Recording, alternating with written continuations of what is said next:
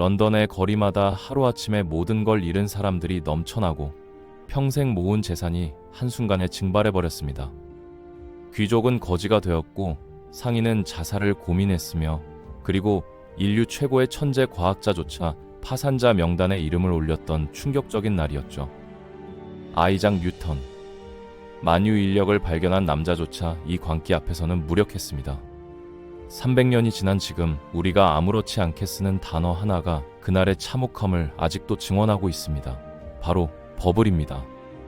단순한 주가 폭락이 아니었습니다. 이 사건은 영국 경제를 무너뜨렸고 의회, 왕실, 은행, 언론까지 국가 시스템 전체를 감염시켰습니다.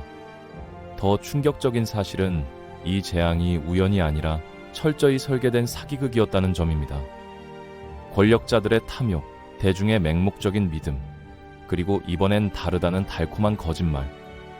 그렇게 탄생한 역사상 가장 위험한 금융실험, 남의 회사 버블. 이것은 과거의 이야기가 아닙니다. 지금 우리가 반복하고 있는 모든 금융 광기의 원형이죠. 도대체 누가 이 거대한 거품을 만들었고 왜 천재들조차 속수무책으로 빨려 들어갔을까요? 지금부터 한 나라를 속여 넘어뜨린 완벽한 버블의 탄생을 추적합니다. 1700년대 초반 유럽은 전쟁의 소용돌이에 휩싸여 있었습니다. 1701년에 터진 스페인 왕위 계승 전쟁은 이름만 들으면 스페인 왕실 내부의 문제처럼 들리지만 실상은 유럽 대륙 전체를 전장으로 만든 국제전이었죠. 영국, 프랑스, 오스트리아, 네덜란드까지 유럽의 주요 강대국들이 모두 뛰어든 이 전쟁은 무려 13년 동안이나 계속되었고 당연히 각국 정부는 천문학적인 전쟁 비용을 감당해야만 했습니다. 영국 왕실도 예외는 아니었습니다. 전쟁 초반에는 중앙은행 역할을 하던 영란은행에서 돈을 빌려 쓸 수 있었지만 전쟁이 길어지면서 은행의 대출 능력도 한계에 부딪히게 되었죠. 결국 왕실은 부유한 민간인들에게 직접 손을 벌릴 수밖에 없었고 국채라는 형태로 엄청난 규모의 빚을 지게 되었죠. 문제는 전쟁이 10년 넘게 이어지면서 이 빚의 규모가 감당하기 어려운 수준까지 불어났다는 겁니다. 이자만 갚는데도 세금 수입의 절반 이상이 사라지는 상황이었으니 왕실 입장에서는 정말 답답한 노릇이었을 거예요. 그런데 바로 이 시점에 한 정치인이 왕실에게 매혹적인 제안을 하나 들고 나타납니다. 그 주인공은 당시 재무장관이었던 로버트 할리라는 인물이었습니다. 그의 아이디어는 정말 기발했죠. 바로 회사를 하나 만들어서 국채를 주식으로 바꿔치기 하자는 것이었습니다. 국채라는 건 결국 왕실이 돈을 빌렸으니 이자를 붙여서 갚겠다고 약속한 문서인데 이런 문서가 민간에 너무 많이 퍼져 있다는 게 문제였던 겁니다. 그래서 할리는 새로운 회사를 설립한 뒤 주식을 발행하고 그 주식을 사람들이 가진 국채와 맞바꾸자고 제안한 거죠. 사람들이 주식을 받는 대가로 국채를 회사에 넘기면 그 순간 빚 문서가 사라지니까 왕실은 더 이상 빚을 갚을 필요가 없어지는 구조였습니다. 물론 이 계획이 성공하려면 한 가지 전제 조건이 있었어요. 사람들이 돈 받을 권리를 포기하면서까지 갖고 싶어 할 만큼 회사가 매력적으로 보여야 한다는 점이었죠. 그런데 막 설립된 신생회사가 어떻게 그런 엄청난 매력을 가질 수 있었을까요? 답은 간단했습니다. 왕실이 직접 특권을 부여한 거죠. 바로 남미 지역에 대한 독점 무역권이었습니다. 당시 남미는 금과 은이 넘쳐나는 미지의 땅으로 여겨졌습니다. 그곳과의 무역권을 독점한다는 것은 곧 무한한 부를 의미했죠. 이렇게 탄생한 회사가 바로 남의 회사였습니다. 왕실의 공식 후원을 받은 이 회사의 주식은 시민들 사이에서 폭발적인 인기를 끌기 시작했습니다. 계획은 완벽하게 돌아가는 것처럼 보였죠. 왕실은 빚 부담을 줄일 수 있고 회사는 남미 무역으로 돈을 벌 수 있으며 시민들은 국채보다 훨씬 높은 수익을 기대할 수 있으니 모두가 만족하는 상황이었습니다. 하지만 이 모든 행복에는 단 하나의 조건이 붙어 있었어요. 회사가 실제로 남미 무역에서 돈을 벌어야 한다는 거였죠. 안타깝게도 남의 회사는 남미 무역에서 전혀 돈을 벌지 못했습니다. 이유는 간단했어요. 당시 남미 대륙 전체를 사실상 지배하고 있던 스페인이 영국의 무역 활동을 철저히 방해했던 겁니다. 스페인 입장에서는 잠재적 경쟁국인 영국이 자신들의 영토에서 장사를 하도록 내버려 둘 리가 없었죠. 남의 회사는 무역으로 수익을 내기는커녕 오히려 자본금만 까먹으며 큰 손실을 보게 되었죠. 설상가상으로 1718년에는 영국과 스페인이 아예 전쟁 상태에 돌입하면서 남미 접근 자체가 불가능해졌습니다. 본업인 남미 무역이 완전히 막혀버린 남의 회사는 심각한 위기에 봉착했죠. 무역 말고 다른 방법으로 수익을 만들어내야 했습니다. 결국 그들이 선택한 건 복권형 채권이라는 투기성 금융상품이었습니다. 복권형 채권이란 보통 채권보다 이자는 훨씬 적지만 추첨을 통해 당첨된 사람은 다른 사람들의 이자까지 몰아서 받는 구조였어요. 말 그대로 복권처럼 운에 맡기는 투자 상품이었던 거죠.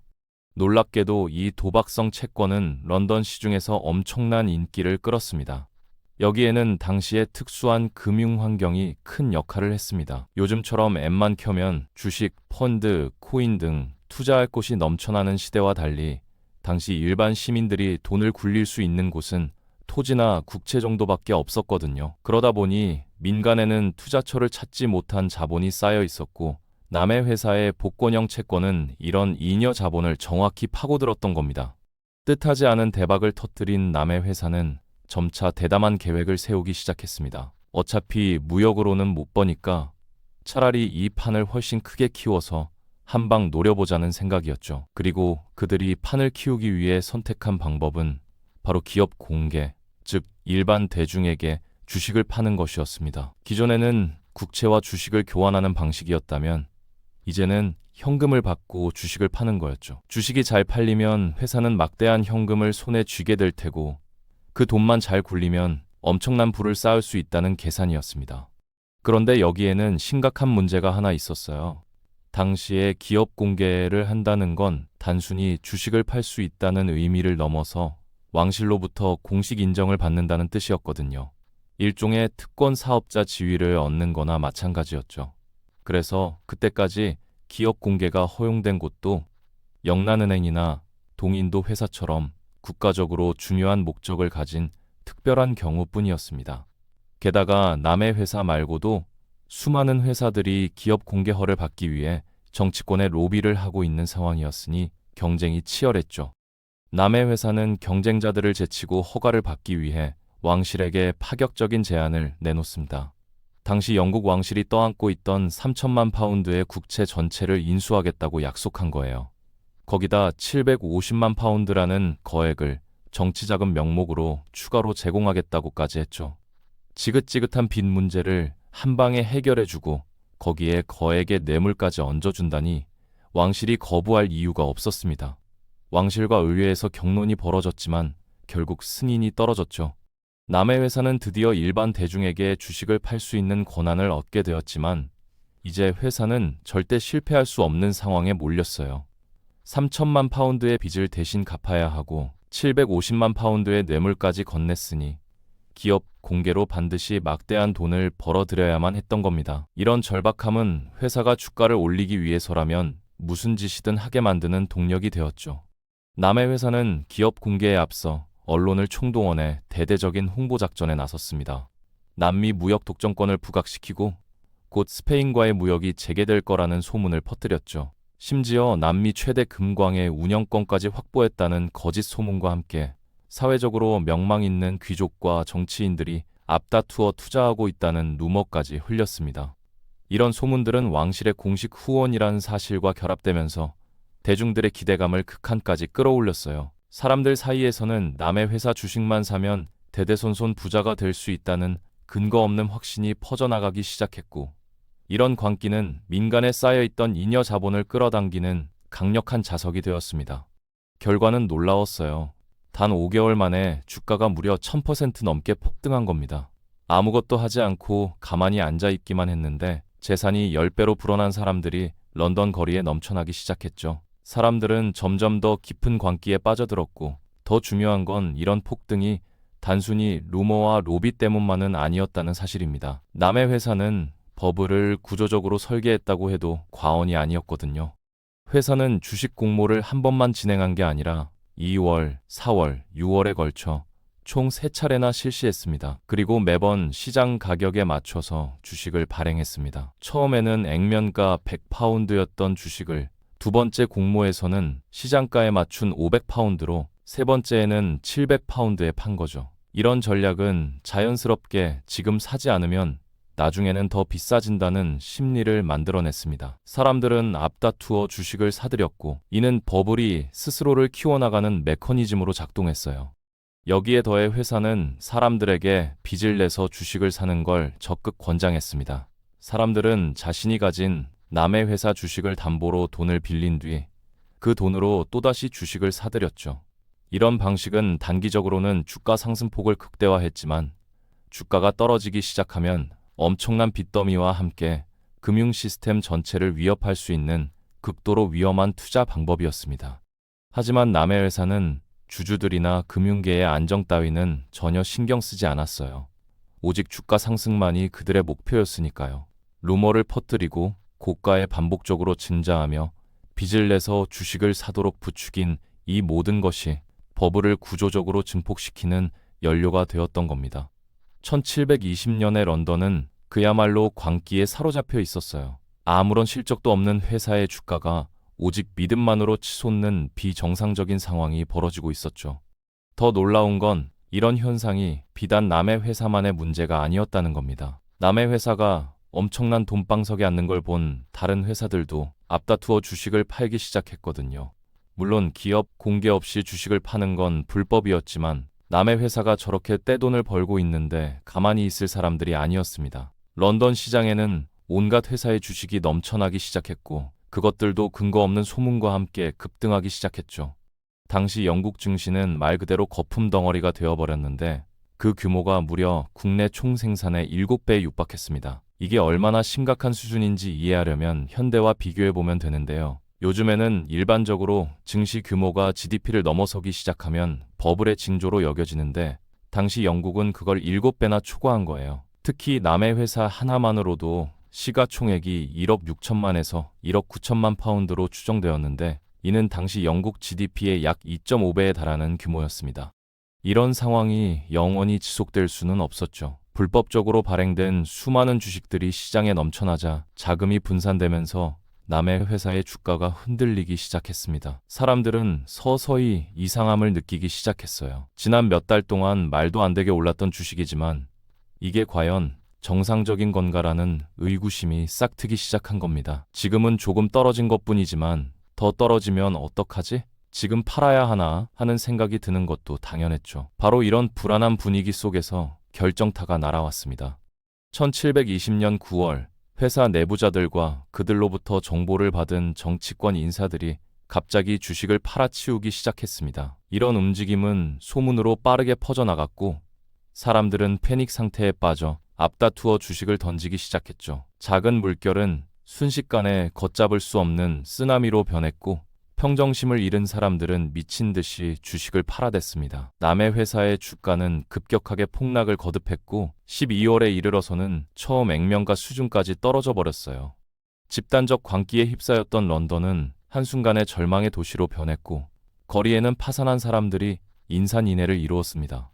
이런 집단적 절망은 곧 왕실에 대한 분노로 바뀌었죠. 기업 공개를 승인한 당사자가 바로 왕실이었으니까요. 왕실은 어쩔 수 없이 남의 회사 사건에 대한 진상조사를 지시했고 회사와 결탁한 정부 관료들을 파면시킴으로써 분노한 시민들을 달래야만 했습니다. 특히 당시 재무장관이었던 존 에이슬레이비는 내부 정보를 이용한 거래는 물론이고 2만 파운드 상당의 주식까지 뇌물로 받았던 것이 드러났고 그 결과 하원과 추밀원에서 영구 제명당하고 런던탑에 투옥되기까지 했죠. 재미있는 건 남의 회사 사건에 우리가 잘 아는 유명 인사들도 투자했다는 사실인데 대표적으로 만유인력의 법칙을 발견한 아이작 뉴턴과 음악가 핸델이 있었어요. 이 둘의 운명은 극명하게 갈렸습니다. 뉴턴은 고점에서 사서 저점에서 파는 최악의 타이밍을 보여줬고 평생 모은 재산의 거의 대부분을 날려버렸죠. 그래서 훗날 천체의 움직임은 계산할 수 있어도 인간의 광기는 계산할 수 없다는 유명한 말을 남기기도 했습니다. 반면 핸델은 최저점에서 사서 최고점에서 팔아치우는 신의 한 수를 두었고 이를 통해 엄청난 수익을 올렸어요. 이 돈으로 나중에 음악 아카데미를 설립하게 되었으니 같은 사건이지만 결과는 천차만별이었던 거죠. 남의 회사 사건은 버블을 원하는 탐욕과 또 다른 탐욕이 만나 빚어낸 거대한 재앙이었습니다. 아무런 실체도 없이 하늘 높은 줄 모르고 치솟던 주가는 결국 붕괴할 수밖에 없었고, 그 충격파는 단순히 금융시장에만 그치지 않고 영국 사회 전체를 뿌리째 흔들어 놓았죠. 하지만 이 사건이 단순한 경제적 참사로만 끝난 건 아니었어요. 여러 가지 형태로 후대에 중요한 영향을 미쳤거든요. 먼저 영국 정부는 남의 회사 사건을 계기로 버블 방지법을 제정해서 왕실의 허가 없이는 주식회사 자체를 설립할 수 없도록 만들었습니다. 또한 모든 회사는 제3자의 회계감사를 의무적으로 받아야 하는 회계감사 제도가 정착되었죠. 게다가 이 사건을 통해 일반 투자자들이 내부자에 비해 정보 불균형, 허위 광고, 내부자 거래 등에 얼마나 취약한지가 명확히 드러났습니다. 이는 주식시장의 규칙과 질서가 탄생하는 결정적인 계기가 되었어요. 오늘날 우리가 당연하게 여기는 각종 금융 규제들은 사실 이 거대한 붕괴의 반작용 속에서 탄생한 결실들이었던 겁니다. 그리고 무엇보다 중요한 상징이 하나 더 있죠. 바로 버블이라는 용어가 경제 용어로 자리 잡게 된 것도 이 사건 때문이었습니다. 남의 회사 주가가 천정부지로 치솟자 사람들은 남해의 거품이 끼었다는 풍자적 표현을 사용하기 시작했고, 이것이 훗날 과열된 시장을 상징하는 단어로 굳어진 거예요. 그래서 오늘날 우리가 어떤 현상을 두고 버블이라고 부를 때 그건 단순한 비유가 아닙니다. 300년도 더 전에 실제로 한 나라를 무너뜨렸던 탐욕과 광기, 그리고 붕괴의 기억이 우리의 언어 속에 남아있는 거죠. 남의 회사 버블은 끝났지만 그때 작동했던 공식은 한 번도 사라진 적이 없습니다. 이번엔 다르다는 믿음, 권력이 보증한 안전한 투자, 모두가 벌고 있는데 나만 뒤처질 것 같은 공포. 이 모든 조각이 맞춰지는 순간 역사는 언제나 같은 방향으로 움직였습니다. 그리고 지금도 우리는 뉴스 속에서, 차트 위에서, 그리고 우리의 일상 속에서 그 익숙한 신호를 마주하고 있죠. 버블은 터진 뒤에야 버블이었다는 사실을 알게 됩니다. 지금 우리가 보고 있는 이 풍경은 과연 역사일까요? 아니면 예고편일까요? 탐욕과 광기의 역사는 끝난 이야기가 아닙니다. 모두가 안심한 바로 그때 거품은 조용히 만들어지고 있습니다.